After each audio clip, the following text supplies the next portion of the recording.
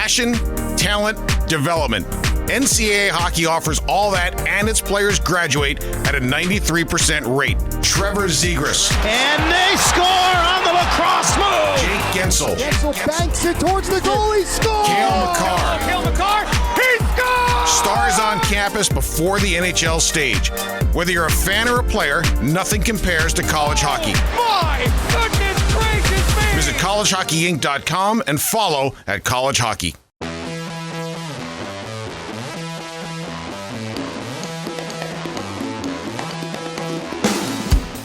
Welcome to College Hockey Today. My name is Jayson Hajdu with College Hockey Inc., joined as always by Grand Forks Herald reporter Brad Schlossman. Schloss, judging by your outstanding travel journal over the weekend, you enjoyed your trip to North.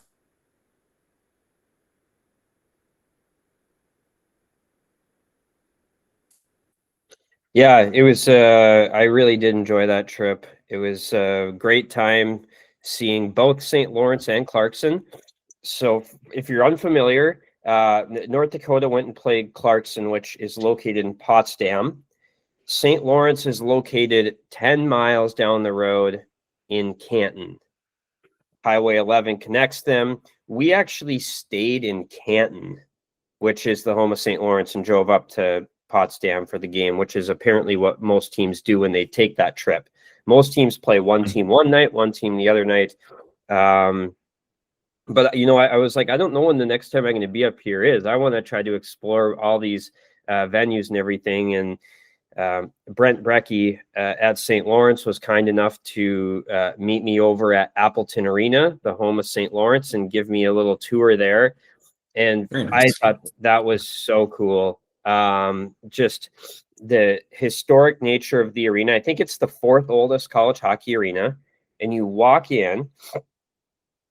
I should start out by saying they did renovations like 4 years ago. And I thought it was such a cool way of doing it because you have this modern entrance and then you go into this arena and it just feels like history. Like the seats are kind of like church pews. You got the wooden ceiling and you're just like, this is awesome in here. And then you go down below where the players area is, and all of that is completely brand new. Brand new locker room, lounge, weight room, shooting room, video room, meeting room, all of that brand new. And they did a great job of like keeping the wood theme in there. So they had some like wood elements in there that made it kind of feel like that. Brand new press box, brand new broadcast facilities. So I thought it was this like really cool combination of old school and all the new amenities that modern players need. Just a great job they did there. I went up to Clarkson's old arena, Walker Arena.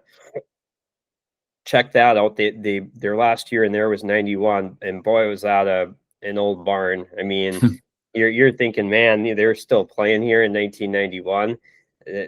You would love this part. There was a ladder to get into the press box. Another tree fort setup. Yes.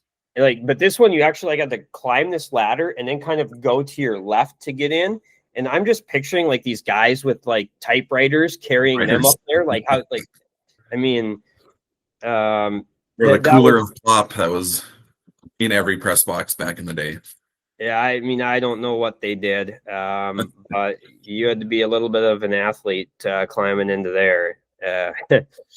So that was pretty cool. And then I got to see, of course, Shield Arena, where Clarkson has been since 1991, and that is much more modern and just a nice facility there. They did a great job in there. They have like this hallway just outside the actual arena part, like this an atrium type thing, and they did a great job with displaying the program's history. They had the Olympians, all the NHL players. They had display cases for their Patty Kaz winners, and we know that they've had several of them. Elizabeth Giguère, Lauren Gable, and Jamie Lee Rattray. They've won national titles on the women's side and have those. It was kind of they did a nice job where you walk into the building and you're kind of already seeing the history of the program right when you enter. So got to a couple local spots. Sergi's, which is the big spot for pizza rolls. I think you would have loved that. And then there's a pub called the Hoot Owl on the campus of St. Lawrence. And there was a signed thing. Bob McKenzie signed something for the owner, so he must have gone there when his son was at St. Lawrence. They were telling us stories of, Mike Keenan pops in every once in a while and just goes and has a beer in the corner. And these towns are like 7,000, 8,000 people, just these small towns with all this college hockey history.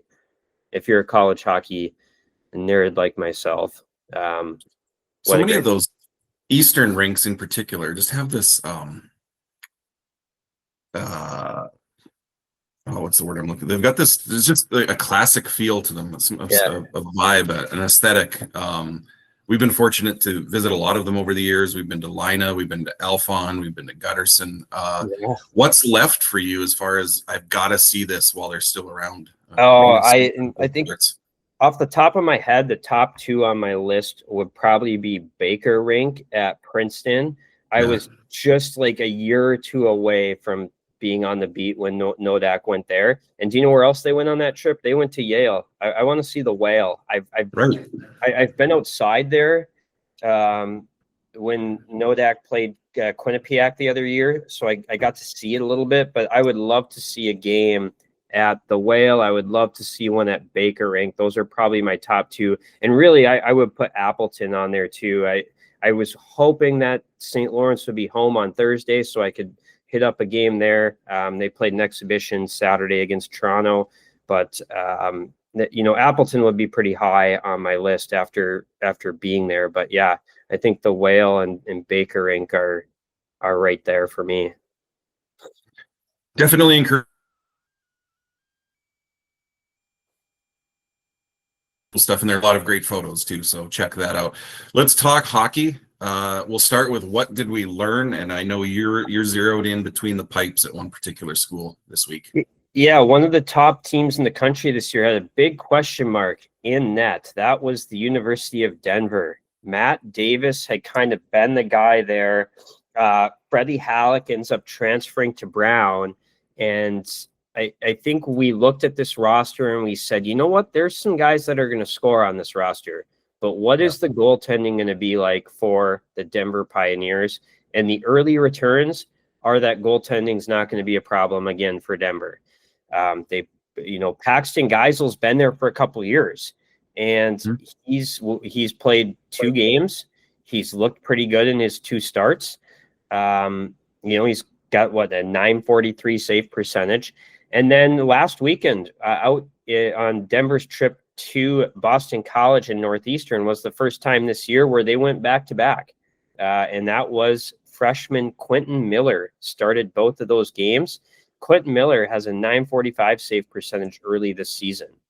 So both of these guys have been really good. Quentin Miller comes in with a little bit of pedigree. He's a 4th-round pick of the Montreal Canadiens.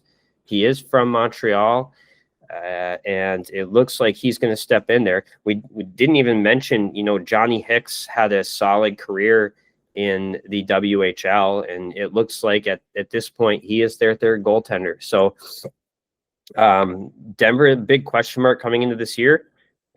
Right now, those guys have answered it in a big way. So I think that's why we're, Denver's a 3-2-1 record.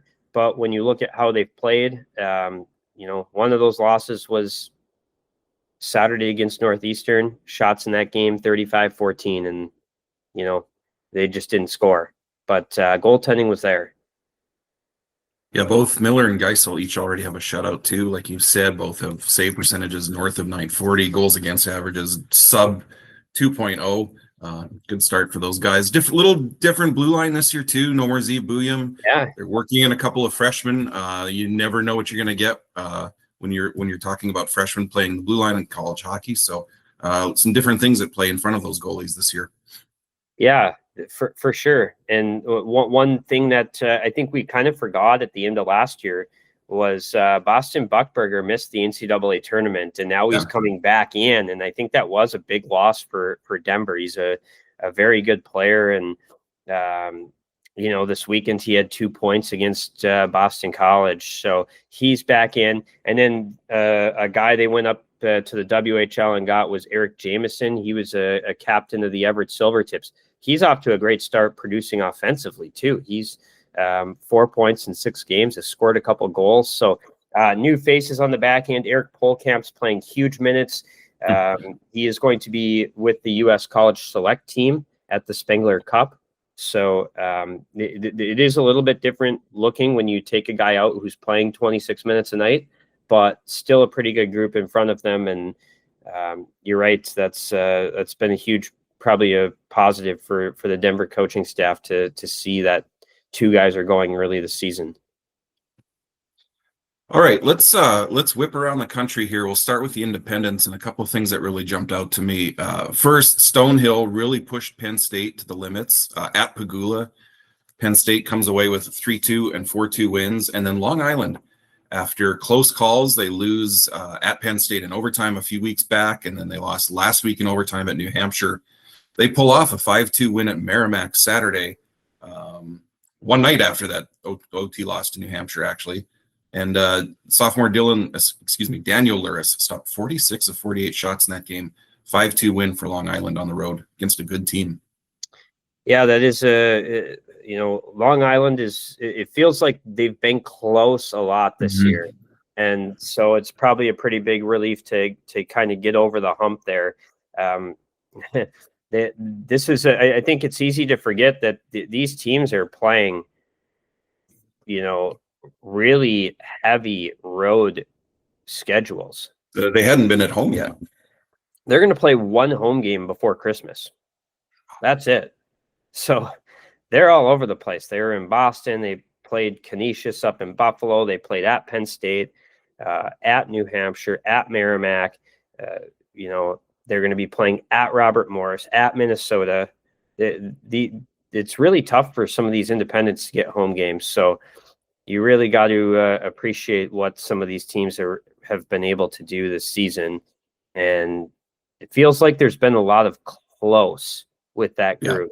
Yeah. And they've had a tough time closing out some wins. But, you're right. Stonehill pushed Penn State pretty good. They were Friday night's game. Stonehill was leading that game early in the third period. They led for a good 20 minutes of that game. And a guy named Gavin McKenna ended up tying it and then setting up the winner with 20 seconds to go in that game. So yeah, they're not making it easy on anyone this season. That's for sure. Let's talk Atlantic hockey in conference play. Bentley on the weekend, they hang a banner. They sweep Canisius. Sophomore Nicholas Bevilacqua, first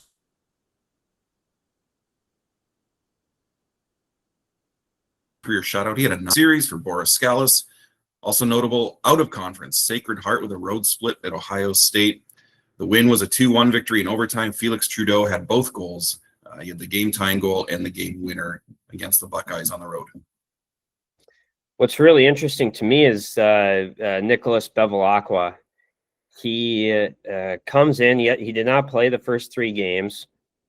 He allows 1 goal on the weekend, 980 save percentage. He's a sophomore. He only played 1 game last year as a freshman.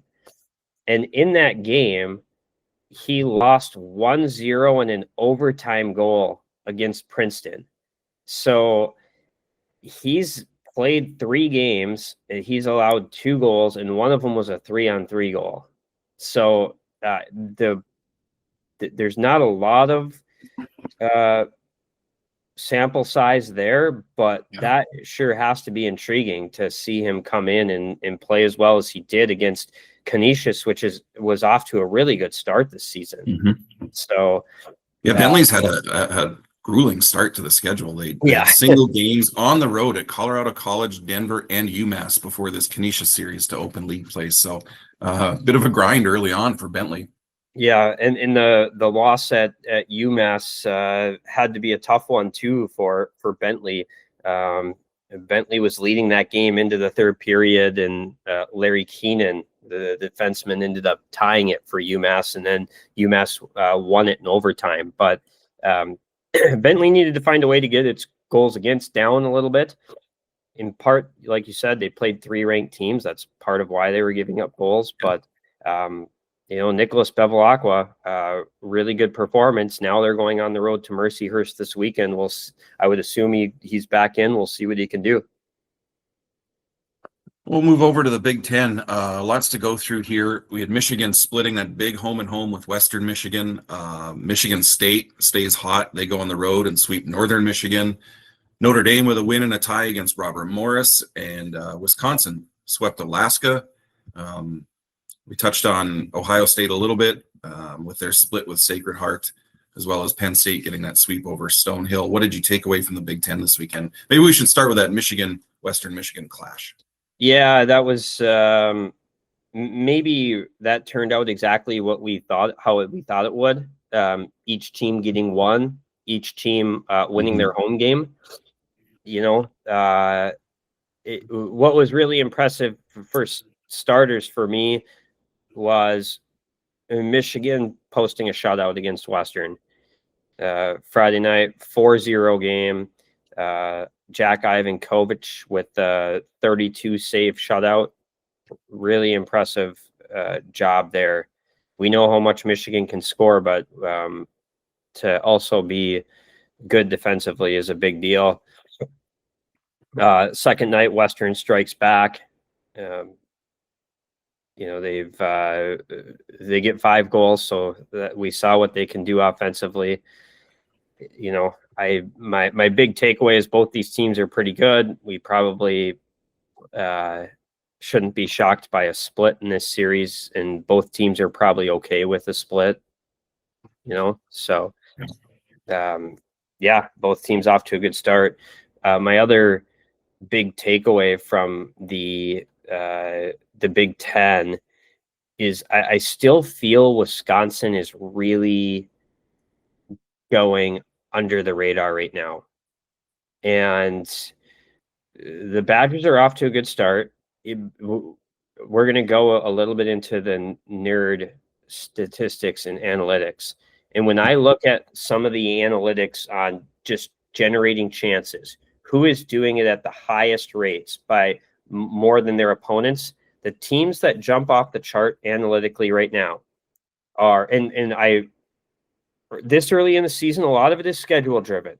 So some teams have played brutal schedules through 3 weeks, and they're probably not going to be as high up. But the teams that are performing the best, number one, and that right now are Wisconsin, Michigan State, Michigan, Denver, Union, and Western's pretty high up there too. So I just feel like Wisconsin is really flying under the radar right now, that they're probably playing a lot better than people realize. I know they had a disappointing season last year. This team, 6 games in, is not lost yet. They're 4-0-2. Now they're going to get into Big Ten schedule, so we'll see a little bit more on where they're at. Wisconsin hosts Minnesota this weekend. Then Wisconsin goes to Michigan. So the next 2 weeks are going to be really telling for the Badgers, but I feel this is a team that everyone's still sleeping on. I've been voting them way higher than everyone else is in the polls. I also remember last year we were talking about Wisconsin and how analytics said they were way better and they were poised for a really good second half, and it didn't come. But there's something there with this team, I think. They had, if I read correctly, Friday against a hard Alaska team. Wisconsin had the first 18 shots on goal in that game, which is crazy. It's this year so far they're getting the results. The underlying numbers are matching the actual results. So I think before we leave the Big Ten too, let's go back to the state of Michigan. Mentioned Michigan State sweeping Northern. I think that's 5 straight wins now for the Spartans. But the top 3 teams right now, according to the polls, all live in the state of Michigan. Does that jive with how you're seeing things right now? I think that's how I had them as well. Michigan State. I think if we're talking about how there's a lot of parity, and there are a lot of results that are kind of up and down right now, and a lot of inconsistency. Michigan State has maybe been as consistent as any team so far. Like, they're the one we thought before the season. I had them number one in my preseason rankings, and so far they've just kind of been exactly what we thought they would. Porter Martone, the high draft pick that they picked up really late in the process. Boy, has he been good for Michigan State. He's the leading scorer, 9 points in 6 games. I know the staff there loves what he's brought. He's a 6'3", 210-pound forward. The Flyers took him number 6 overall, and they were already a good team. And then you add a guy like Porter Martone to that group, and what he's done has been pretty impressive. So I do think those teams are legit top 3 at this point in the season. And my number 4 team is Wisconsin. So that's kind of how my poll has been shaking out right now. It's all conference play now this week ahead for the Big Ten. We've got Penn State at Ohio State, Minnesota at Wisconsin, Michigan at Notre Dame. So they're full into league play now here going forward. Let's move over to the CCHA. Bemidji State sweeping Augustana really jumped out at me. The Beavers had lost, I think, 4 in a row going in. Rathan Robbins gets his first career shutout Friday. That was a 1-0 overtime win against a good Vikings team. Oliver Peer, the game winner for the Beavers in that one. Yep, and then they come back the next night, win 3-2. Max Hildebrand played the next night, so they're Bemidji State's still using a couple goaltenders. Those are really big wins for the Beavers, though. It had been kind of an up and down start. I know they did not like how they played against Minnesota Duluth the previous weekend, and to come back home and sweep Augie is pretty impressive. So it's the one guy that on Bemidji State that I've really liked the last couple years is Riley Funk, big power forward. He started his career at Northern Michigan. He played 1 game his freshman year. He had modest numbers his first 2 years. He had 7 points as his actual freshman year, 4 points his sophomore year. He goes in the portal, lands at Bemidji State. He had 23 points last season. And when you watch him, he's driving play quite a bit. And one of those really good college hockey players. I'll be curious to see, what team NHL teams are on him. He has he put up a lot of points early this season, not so much lately, but he's still just such a good player for that team. Minnesota State is now unbeaten in 5. They picked up a non-conference home sweep of RPI, and then some conference sweeps of note. Michigan Tech over Ferris State, Bowling Green, a road sweep at Lake Superior State. Any other takeaways for you in the CCHA? Well, I think the big one, the last one, would be St. Thomas opening a brand new arena. It looks fantastic. Yeah. They had a great atmosphere in there. You saw when Nathan Pilling scored the shorthanded goal for the first goal in the arena. That place was just going wild in there. Just another brand new facility in college hockey that is going to be such a big boost to St. Thomas and its recruiting. Of course, it had a little bit of a tough weekend against a good Providence team. Providence ends up, was a win and a tie against St. Thomas. The opening weekends always seem to go funky for the home team. Yeah, don't they? We've seen that a lot. But yeah, St. Thomas was up 2-0 the first game. Then Providence rallies back, and then what a crazy game in the series finale. So that game, Providence is leading 1-0.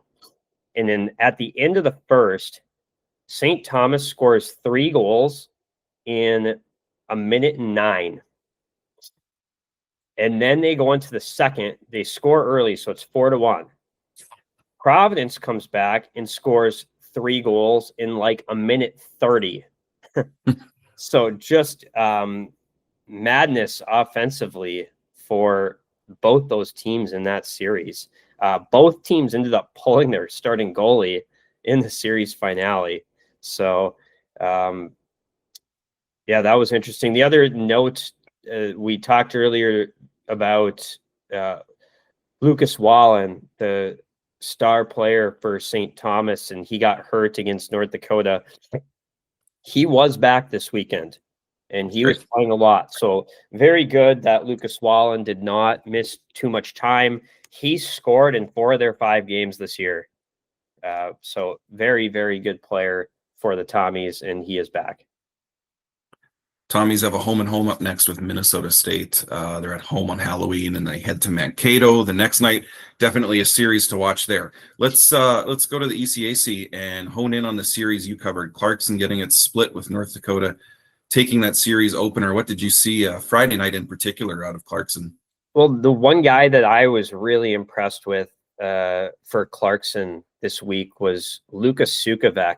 He is a big center, 6'3", 205. He wins draws. I think he was 11-4 that night in the faceoff dot. He scored. He had an assist. He just seemed to be in the middle of everything. He centers their first line. Sukovec missed their game against RIT the week before. He got hurt in the Penn State game Saturday night, went out midway through that game, never came back, and he's a guy that is going to impact games big time for Clarkson this year. He's a guy I would think that some teams will probably have their eye on, some NHL teams, as his career goes on. He's only a sophomore, so he's got plenty of time to go before he reaches that point. But I was really impressed with Sukovec and what he can do. That was one of my big takeaways. Obviously Clarkson played a lot of their top defensemen. Tristan Sarsland plays a lot. Tate Taylor plays a lot. And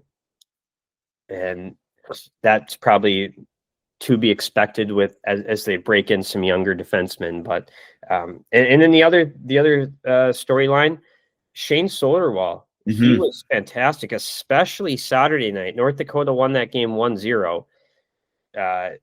He was spectacular. That game could have, been 3-0 or so. But and he has a really interesting story. He's a guy that started in the North American 3 League, where you rarely see college players come from.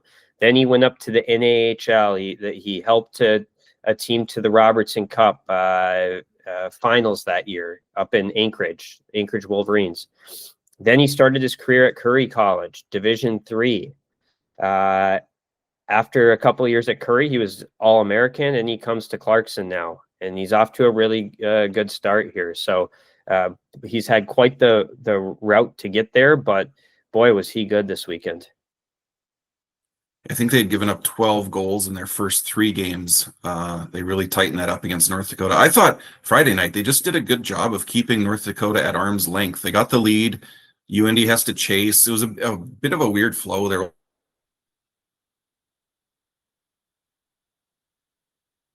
A lot of penalties, I thought, Friday in particular. Yeah, that was my biggest takeaway from watching their previous games to this game. They gave up so many chances off the rush in their previous games against RIT, and their D turned over way too many pucks. They really cleaned that up this weekend. So a pretty good weekend for Clarkson, I guess, overall, when you talk about just improving the way you're playing, that you're defending much better. And that probably bodes well. This weekend, the North Country teams play the UP teams.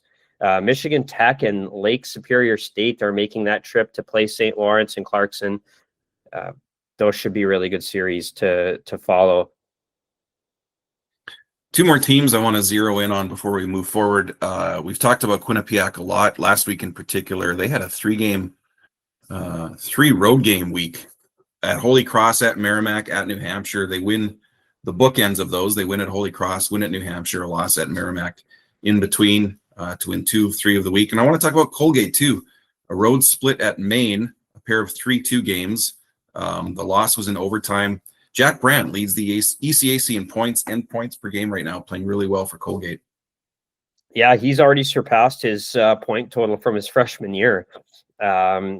He had 7 points as a rookie. He's already got 5 goals, 10 points in 6 games. He is playing really well. He scored on Friday night to open up the game. That's the one that Colgate won. On Saturday night, comes back and he scored the first 2 goals of that game against Maine. So he's producing right now. Maine comes back and ties that, and then Max Scott gets his first goal as a Maine Black Bear in overtime to win that game. But yes, Colgate is off to a pretty good weekend there against Maine up in Alphont. Should mention too, no Josh Nadeau for Maine either night. Apparently has a shoulder injury. I haven't seen any updates on that. Hopefully for Maine's sake, that's not a long-term situation. He's obviously a driver of the bus there offensively. I don't know. Have you heard any more on that? I have not. Yeah, that's no. Well, let's go from one key injury to another as we transition to Hockey East. Cole Iserman also dealing with an injury too. Don't know if you know anything on that. It's apparently a lower body injury. I was just trying, as we were talking here, to try to see if there were any other updates. There's word of an MRI. I don't know if any of these are substantiated or not, but regardless, he did suffer an injury in that split with UConn. Both teams lost on home ice in Hockey East play in that one. Yeah, BU's kind of dealt with the injury bug early this year, in illness. Sasha Boisvert has missed some games, and he was finally back here on Saturday night. I'm trying to remember if he played Friday. I don't think he did. I think he just played Saturday in that series. So those are 2 of the best goal scorers in the nation. And, hopefully Cole Iserman is back as soon as possible. He started off the year really hot. He scored 6 times in 7 games and has been a really key player. So, yeah, a little bit of injury bug for a couple of BU's top players. Lots to sort through in terms of non-conference results for Hockey East. Northeastern blanked Denver. That was a 1-0 game. Lawton Zocker stood on his head, 35 save shutout. Lowell gets the road sweep at Mercyhurst. UMass traveled to Omaha, came away with a split. Jack Musa on a 7-game point streak to start the year. And we mentioned Merrimack knocking off Quinnipiac. Jack Richard makes his Merrimack debut in that game and scored the next night in the loss to Long Island. Yeah, I kind of kept a close eye on the UMass Omaha series, in part because those games were just wild games, especially Friday night, just back and forth. UMass goes up 3-1. Omaha scores 3 straight to take the lead back. Then UMass scores 2 in the last 10 minutes to win the game. Jack Musa got the winner with less than a minute to go. So that was a really seesaw game there. And then the series finale, Omaha comes back and wins 5-2. One of them was an empty netter, but I just was a little surprised at how high scoring the games were with the pedigree of both of these goaltenders. And I know that UMass can really be a tough team to play against. So a little bit surprised there. And then, Vaclav Nestersil, the first round pick who's at UMass, just keeps producing. He's had a really impressive start. He had 2 more points in that series finale.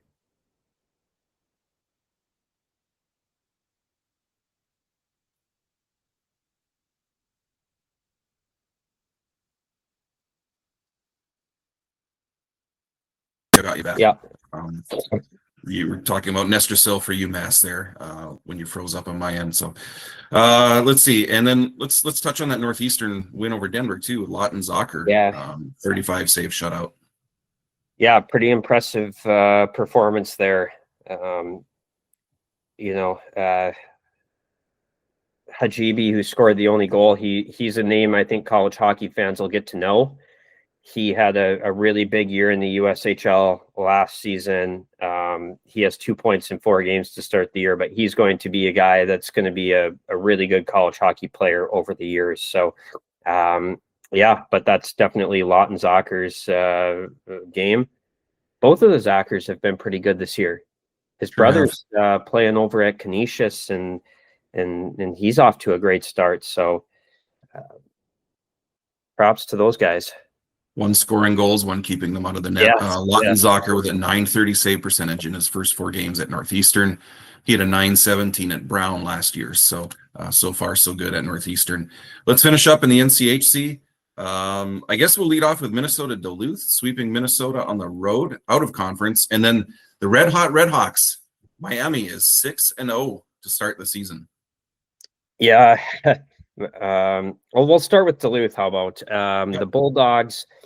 The headline is that they have maybe the best line in college hockey. If not, it's top 3.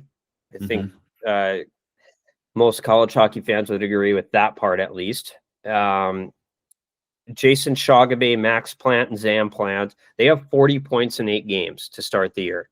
They are absolutely lighting it up. They've been great on the power play. They've been great at even strength. They're a combined plus 26. So that shows you what they're doing at even strength as well. But I watched them on the power play, and they're really good on the power play too. The other part of this is they're not allowing much. No. Minnesota had 1 goal on the weekend. I went back and looked at the analytics of Friday night's game. Minnesota had 0 grade A's, 0 grade B's. That is a team that is playing really strong defense. That is old school Minnesota Duluth style. Defensively, they've given up way too much the last 3 years as they've missed the tournament and been under 500. And now all of a sudden it feels like they are back at that where they were, just really being tough to play against.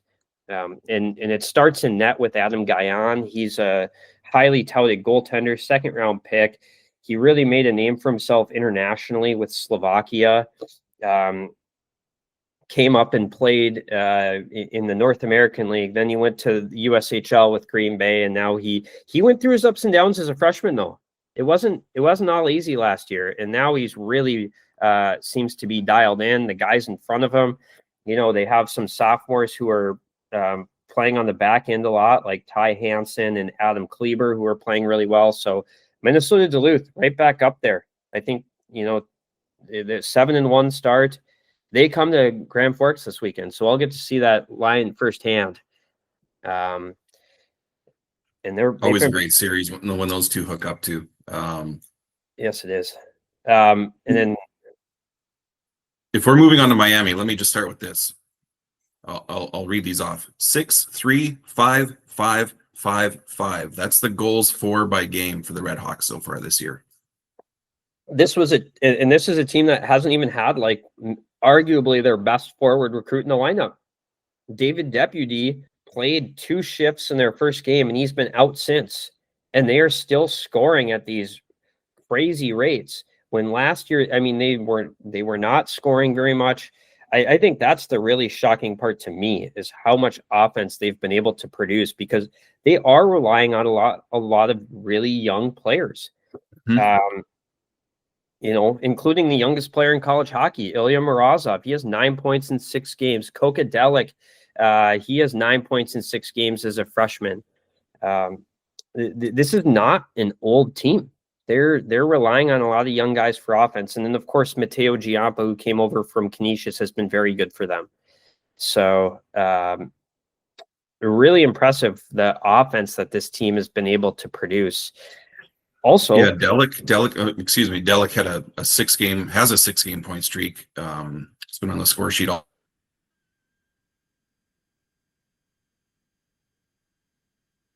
Three goals and 4 points in, I think that was Saturday's win. Last year, he had 2 goals, 5 points in 34 games as a freshman at Quinnipiac. Yeah. opportunity is there, and he's taking it. Doug Grimes is another guy. He went to BU. Doug Grimes had a really good career in Lincoln, and then he went to BU, and he was kind of at the bottom of that lineup there. He was in and out of the lineup. He comes to Miami. He's got a much bigger role. He has 6 points in 6 games. But Anthony Nareen Anthony Nareen was at Tri-City in Kearney. Doug Grimes was in Lincoln, just down the road. I'm guessing he saw Doug Grimes a lot, and so he knew exactly what he was getting. That's probably an advantage of having a guy from the USHL where he sees these players all the time. And, the staff at Miami knew exactly what Doug Grimes could do. Also want to mention St. Cloud State sweeping Alaska Anchorage, 5 more power play goals for the Huskies. And we talked earlier about Denver's loss at Northeastern. They did have a 7-3 win at Boston College, 7 different Pioneers finding the net in that one. St. Cloud State's power play, what are they, 9 for 15 in the last 3 games? Yeah, 60%. Yep. They're at over 40% for the season. Austin Bernovic, who we know as one of the best shots in college hockey, 8 goals in 8 games for the Huskies. They're obviously playing really well right now. Tyson Gross too. He's matched Bernovic's 7-game point streak. He's just beasting in the faceoff circle. He went 40-7 in that Anchorage series. Oh my goodness, I didn't even realize that. That's crazy. He was like a 60% faceoff guy last season. He's a terrific centerman. I feel like he's one of the more underrated players in college hockey. He can score. He's a responsible 2-way player, wins draws at, what was he last year? 60%, something like that, probably. So, terrific college hockey player. Okay. That's our wrap up. Let's look ahead a little bit. We're getting into conference play now this weekend.